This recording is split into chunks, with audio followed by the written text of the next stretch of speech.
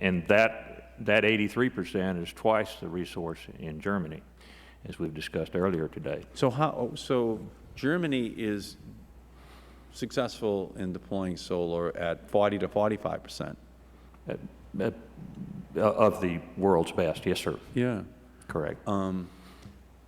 And would Arizona and New Mexico be at 100%, and Florida and Georgia be at 85, 85%, 83%, something of that nature. So the success comes from the distributed nature of the. So they would be, in other words, they would be in the upper quintile, Florida, for wind potential. I mean, absolutely, solar potential. It is the Sunshine State. Again, it's hard. I owe that to Governor Christ. See, in 1940, there were 16 congressmen from Massachusetts and 6 from Florida. 1940. We now have 10, and they have 30. And my grandfather was one of those immigrants. I think they left for the weather. Yes, sir. Sun. It might not have been the sun, but that's what they all said when they were saying goodbye.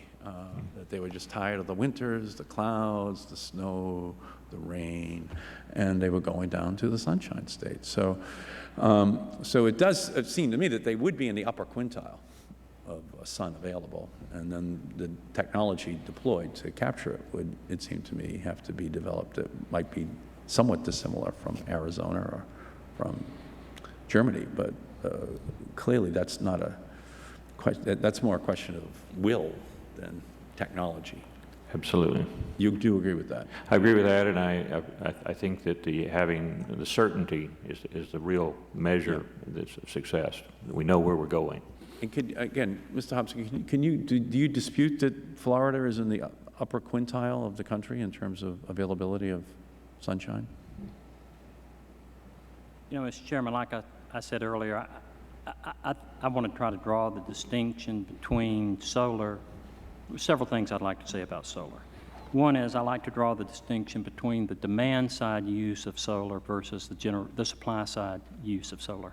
I think solar has great promise. Even in the Southeast, we see examples of it all the time, of individual applications of solar for end use. For instance, we sponsored with Georgia Tech during the Olympics. Their swimming natatorium is all solar panels. Southern Company helped Georgia Tech.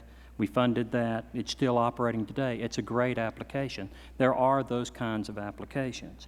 It just becomes a different value proposition when you're thinking about using something like solar on a large scale for the production of electricity on the supply side. It's not just, it's still things like reliability. No, I understand that. No, I understand these reliability questions, which, can I ask the Southern Company as well then to provide for us your analysis of the comparison between the Southern Company and Germany in terms of their integration of solar into their grid, and why you couldn't do that, what the obstacles would be for you to match Germany at a 40% solar level with it seems to me a higher level of predictability and guaranteed source. And I'm sorry, yes, sir. One other point I would say about solar that has to be made, and that is that we operate in a region where our customers are paying about 8 cents a kilowatt hour for electricity. We view solar in the 50-cent per kilowatt hour range. And so aside from just the technical challenges associated with solar, there are economic challenges associated. Can I go back to you again, Mr. Reedy? In Florida, is it 50 cents a kilowatt hour? No, sir, Mr. Chairman. It's even in a one-off small applications, it's well below 30 cents a kilowatt hour. In utility scale applications, there's analysis that supports something around 11 to 12 cents a kilowatt hour in large, very large utility applications. Where could you give Mr. Hobson an example where it's under 30 cents a kilowatt hour already?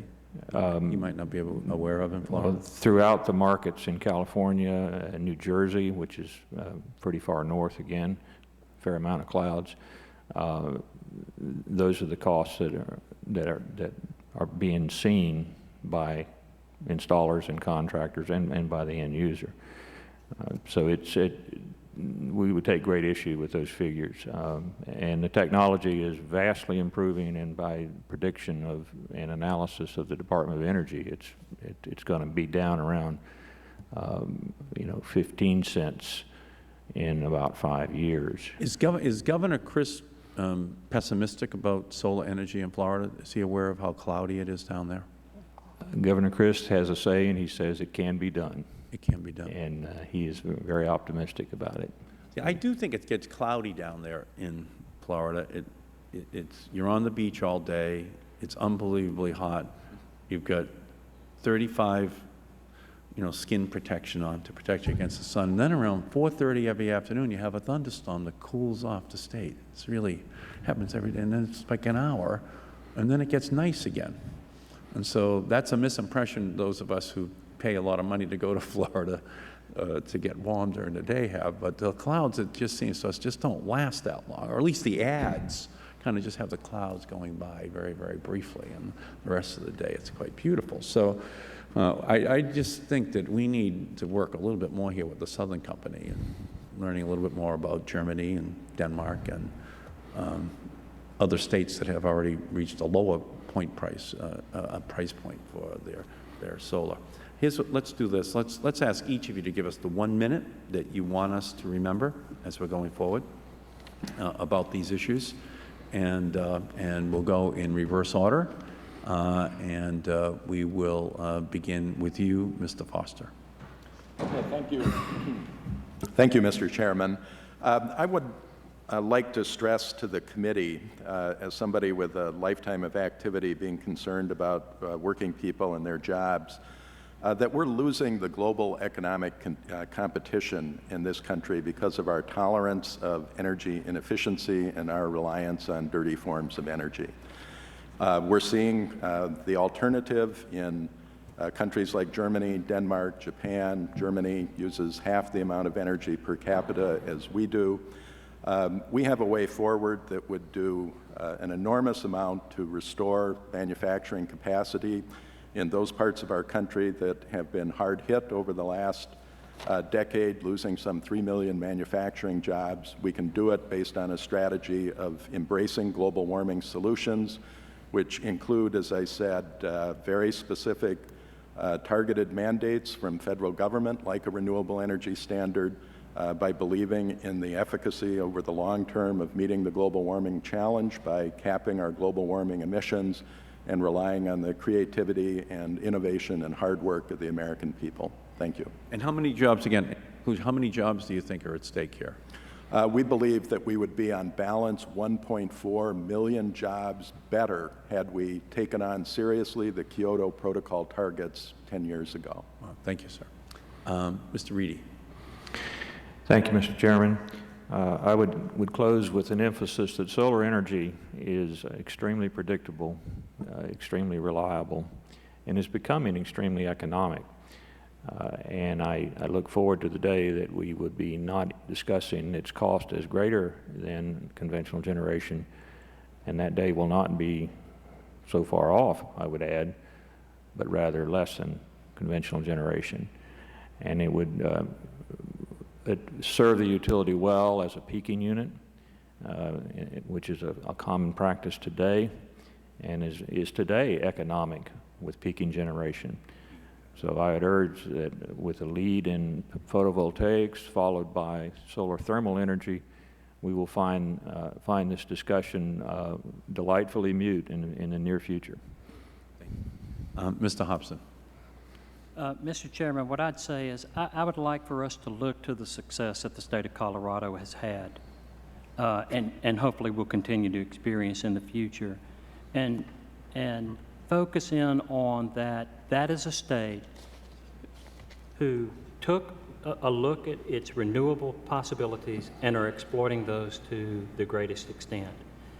Southern Company is not opposed to commitment to renewable energy.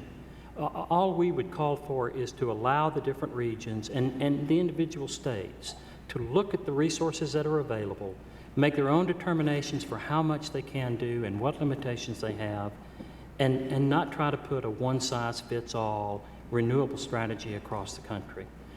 The federal government should have an opinion, should tell the states, we think this is something that we need to do, and then turn to the states and let the states assess their own situations and develop standards that make sense for them rather than having to worry about whether or not they fit into a nationwide program.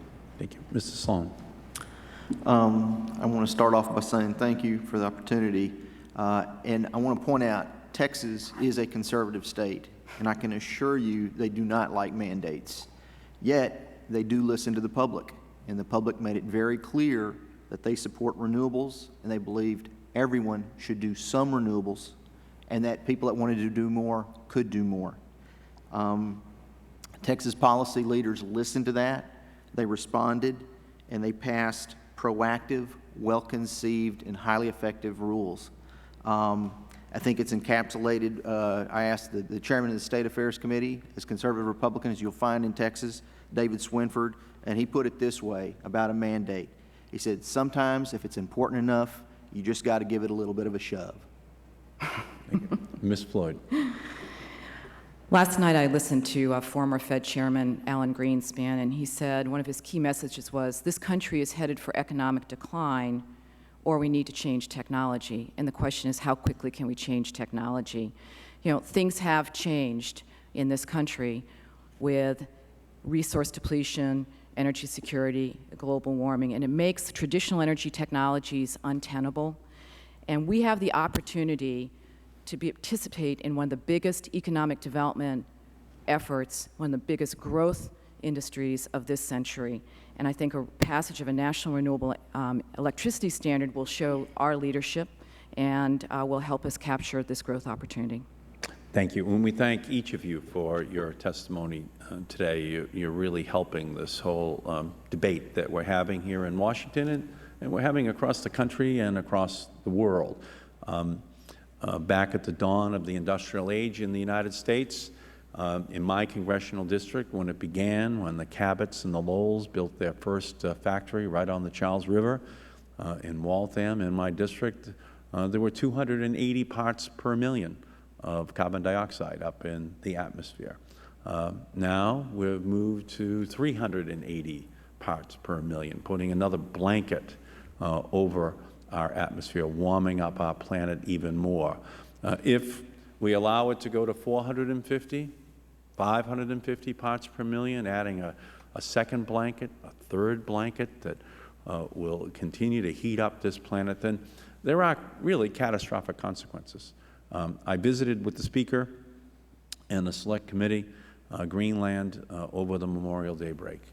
Greenland has a 1,000-mile-long ice cap on it. It's 300 miles wide, and it is 10 Empire State Buildings high. So think of looking at the top of the Empire State Building and then looking up 10 more times. That's how high the block of ice on top of Iceland is.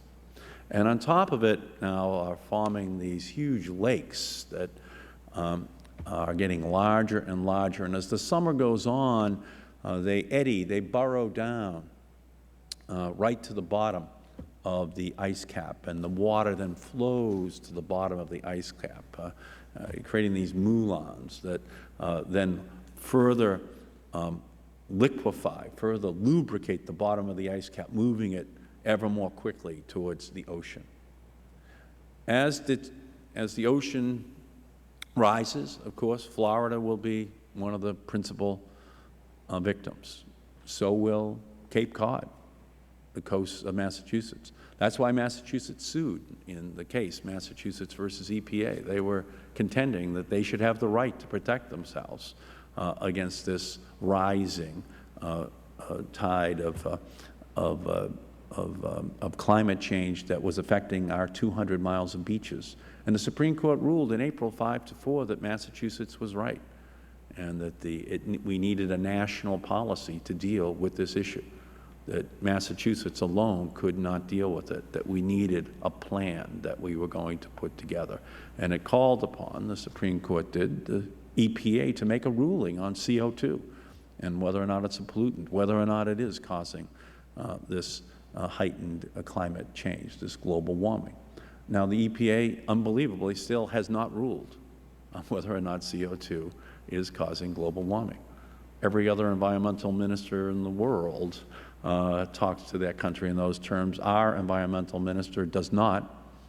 No one knows the name of our environmental minister. That might be, you know, the beginning of the problem, that no one even knows his or her name.